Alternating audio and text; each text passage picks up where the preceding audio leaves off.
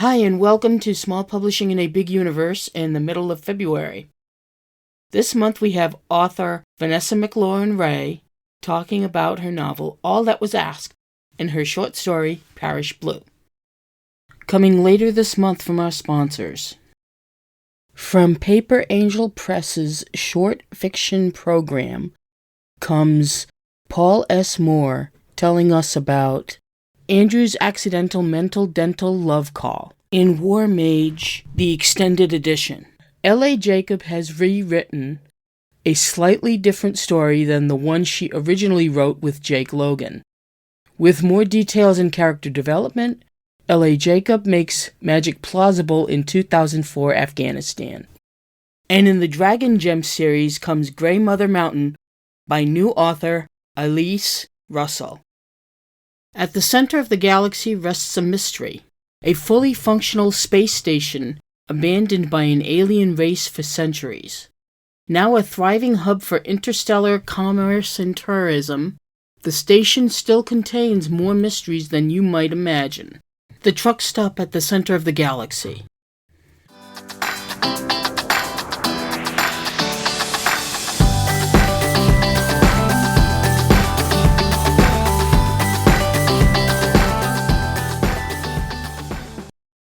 Water Dragon Publishing has a call for submissions. The future so bright. If you could catch a glimpse of the future, what would you hope to see? High-tech advancements? Newly evolved species of wildlife? For this collection, we want positive visions of the future. Show us terraces covered in gardens and solar panels, sprawling colonies under glass on Mars, and the explorers of tomorrow. Tell us what you think cities will look like in the year 2300, what it would be like to take a cruise on a spaceship, or what new organisms might evolve in the Amazon rainforest.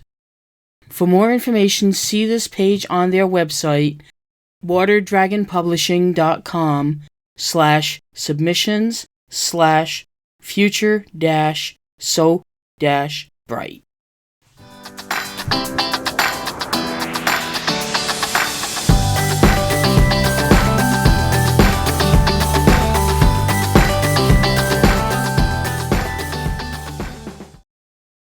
Welcome back. This month we have Vanessa MacLaren-Wray telling us about her book, All That Was Asked. We discuss why and how she wrote it and whether there will be more novels or short stories coming from Vanessa. We would like to welcome Vanessa MacLaren-Wray to Small Publishing in a Big Universe. Hi, Vanessa. Hello. Thank you for coming. I'm just going to dive right in. You've published the Dragon Gem story Parish Blue, and you've also published All That Was Asked, which is a novel. Which do you prefer to write in, the long form or the short form? I have to confess that I'm a long form writer, and that may seem strange given Parish Blue's short story. All That Was Asked is kind of a short novel, but I tend to go on. I write long. I like to put in stories a lot of themes and not just one point. And that tangles the relationships and tangles the storytelling, and you have to go on further to have things get resolved. And the next thing you know, you're at 100,000 words and you have to say, oh my God, I'm mainly writing in novel form, but I'm learning to do short story form, which is why Parish Blue. The Dragon Gems made me kind of sit down and say, okay, I have this partial story that I've written, and I think I can actually finish that and leave it a short story and tell myself that I could write other short stories in that universe to walk myself back from going too far. And that worked for me. So I managed to finish that. And it was great to get it out there and feel validated that, yes, I can write a short story. And I'm now currently working really hard on generating more short stories. I did this anthology with the California Writers Club, and there's a sci-fi story in that. That is a short story. Is that available? It is available from Sandhill Review Press. It's called Fault Zone Reverse. And it's a wonderful collection of stories and creative nonfiction, memoir, and poetry. Some awesome poetry in there. Everyone run and read Fault Zone. After you read Paris Blue and All That Was Asked, got to prioritize. I do really like it, and I do agree that everybody should run out and pick that up because it's a short read. According to Kindle, it's a 2.5-hour read. How long have you written a book that, published or not, how long have you gone? I have twice gotten a story to about 150,000 words. Wow. Put down the laptop and stepped backwards and said, okay, this is too long. Nobody's going to sit through this. I am not Dickens. And once the story gets that long, you can pull back and look at the overall arcs and decide, what really matters in that story. So that you usually find things you can just pull right out that are like a short story or a scene that you can delete that doesn't hurt the story, that you could maybe use for promos later, or I will put them in my newsletter. Mm-hmm. Here's a scene I had to cut, but it's actually kind of good. And then at that point, maybe I'm down to 140,000. And then I can look at the broader arcs and say, now, wait a minute, there are really two stories here. Both times what's happened is I've looked at it and said, now there's really two stories here. And there's a twisting part somewhere near the middle where something changes and we're going somewhere else. And maybe that's just in the nature of the way I'm writing. Maybe I am internally writing series and I just don't know it. So I found the place where it needed to stop, that something important had happened. Two people finally find each other and that's an okay place to stop. And then in the second half, well, everything goes to hell in a handbasket, shall we say. And then they have to get back together. So there's a broad story where terrible things happen and then everything is okay. And then even worse things happen and things are okay. So that is kind of a series like pattern, but we'll see how that goes. Do you usually write stories with a romance kind of? I haven't done very much where there is a romantic element, but I'm finding that it's creeping in more and more. Paris Blue is a romance. It's a sci-fi romance. Mm-hmm. It's a meet cute and how that progresses. And I used to be kind of prejudiced, I will say, about romance because one gets the formulaic stuff where it's like A, B, C, D, marriage. But I'm also a huge Jane Austen fan. You can't really believe that romance is bad and read Jane Austen. You just have to grow up as a reader and say, that's a part of the human experience. So there is a little romance in All That Was Asked. It's a subplot, but it's in there and it's critical to the character's final decision making. There's no romance in the Fault Zone stories. There's a broken marriage in one of them. The things I'm currently writing now, I'm open to having stories where people fall in love because it's really nice. It makes me feel good. It makes other people feel good. And why not? Do you consider yourself more like, is it hard sci-fi or soft sci-fi, or can you do both? It's mostly pretty soft sci-fi, which is ironic because I'm a mechanical engineer and I went into engineering partly because I was a huge science fiction fan. And I was going to be the rocket ship engineer. Oh, Captain, I cannot make it go any faster. But when I sit down to tell stories, I kind of tend to put the technology in the background. I know how my laptop works, but I don't really need to know how my laptop works to write a story on it. I don't need to know bits from bytes and DIMMs from RAM to operate my cell phone or to get on the internet here and have a conversation. So I feel that if you're writing in a future world, there will be technology and it's fun to make it up. Paris Blue has some space travel technology that I allude to and that people use casual terms for. The technology is not discussed. Oh, well, we have a way to travel interstellar and that's very convenient. But it's uncomfortable because we're poor and we can't afford to pay top dollar. So there's an implication that there's a societal divide between who can pay for the comfortable modes of travel and who has to sit essentially in a tin can for 4 days until you get where you're going. So I'm really more interested in how it affects the people, which then affects the story, which then affects what happens. Let's go to All That Was Asked. What is your favorite scene in that book? Without spoiling it for me. It's hard to do spoilers, but there is a scene where Ansegwe, the mild-mannered, super earnest central character, has to make use of his mafia type family's connections and, shall we say, violent technological tools. And it's just one of those nice little moments where he says, oh, by the way, I don't think I've really been clear about one thing that I kind of know about. And I just hold on while I go and do this thing. All my critique partners really love that scene too. It's like, oh, that's my favorite. On the other side of that, what was the most difficult scene to write in that particular book? Well, that ties into our earlier conversation, because the most difficult scene was the ending sequence.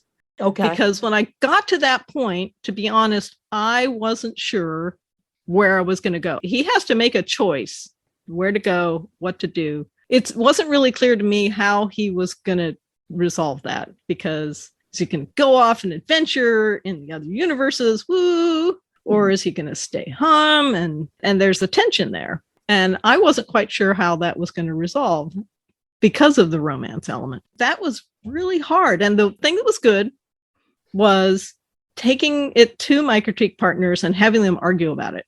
Because I resolved it in my own mind and I wrote it. And one is like, oh, yes, that's great. That's the way. And the other one is like, no, you have to do it the other way because, the other way would be blah, blah, blah. Because I sort of feel like if you have conflicted feelings at the end of a story like that, then you have cared about the character.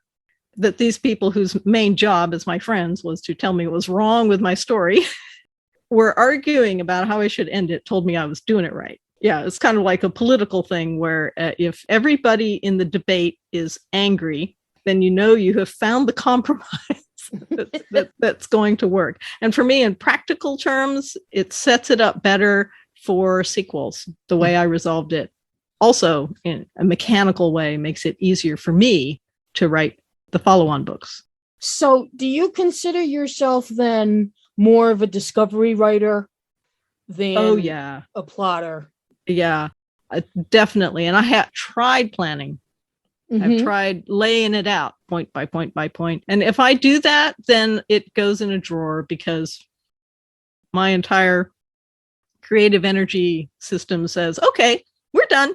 We figured it out. I found what's practical for me is to go ahead and get going because you kind of have the feel for what's happening to the characters. You've got the characters, you throw them in a situation, stuff starts happening. And a little bit ways along, I decide where I want it to go. I want to decide where it's going to end. And maybe it's going to take 2 books to get there. Maybe it's going to take 3 books to get there. But once I know where it's going to end, then that's going to guide a lot of things. You can't kill off person X because they are the person who gets killed off at the end. Or you can't allow these 2 people to come together too soon because they need to have some conflicts in order for their relationship to matter. It's that kind of a subplot. So that helps me have a direction to go. But it's kind of like, I don't know, going out to the park and you're going for a walk and you just want to make sure you're back at the parking lot by sunset. But there are a lot of trails and you can use them all. And it is okay if you get back to the parking lot at 10 minutes after sunset and the ranger is writing you a ticket. It's okay because you had a good walk. So you can even mess up your ending a little bit. But as long as you have a goal, then you can get there.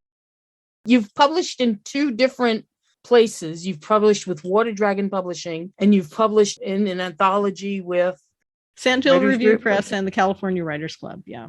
But those are both small press experiences. The Sandhill Review Press is also small press. So I guess at this point in my career, I am a small press writer and I don't really foresee leaving that entirely.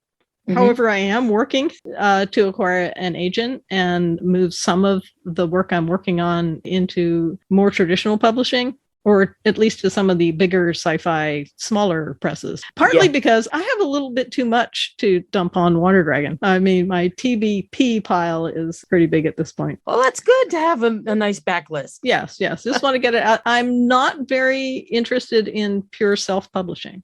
Partly because of the feeling of community and working in a small press is quite valuable. That you have other people that you're almost literally partners with. Other people that you can boost that are fun to promote, other people who will promote you. It's more like being in a club, in an association, than you get in a traditional publishing situation where you're just another person who's producing product for a giant publisher. And granted, they can get your work into more places, but my perception is that it's more of a big machine operation. In my engineering work, I've always worked in small consulting groups. And that is what that is like. It's like working with a small press. You know everybody in the company.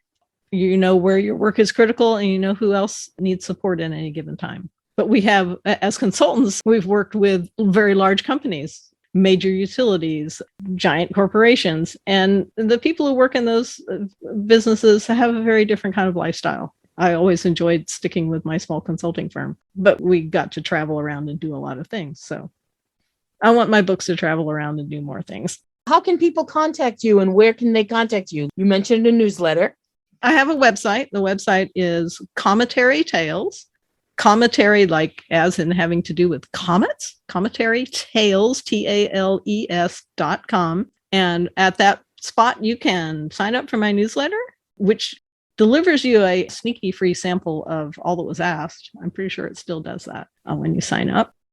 I'm on Twitter. I'm on Twitter almost every day at Cometary Tales.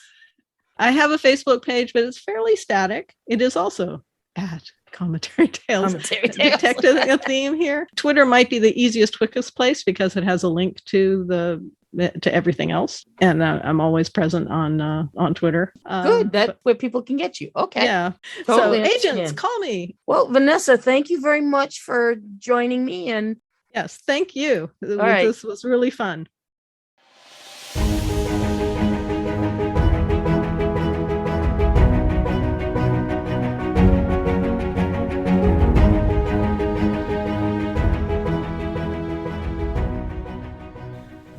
Water Dragon Publishing has a call for submissions.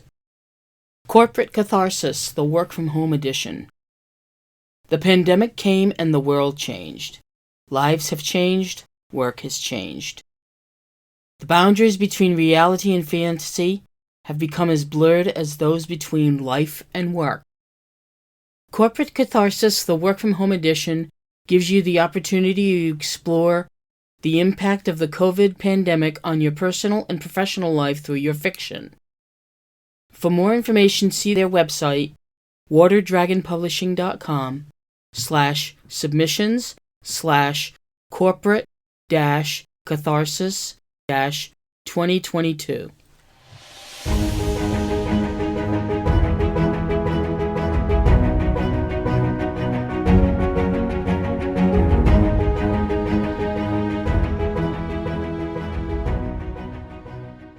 Thanks again to our guest, author Vanessa MacLaren-Wray.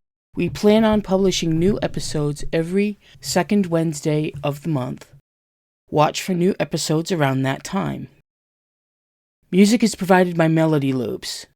If you want to know more about small publishing in a big universe, visit our website at spbu-podcast.com.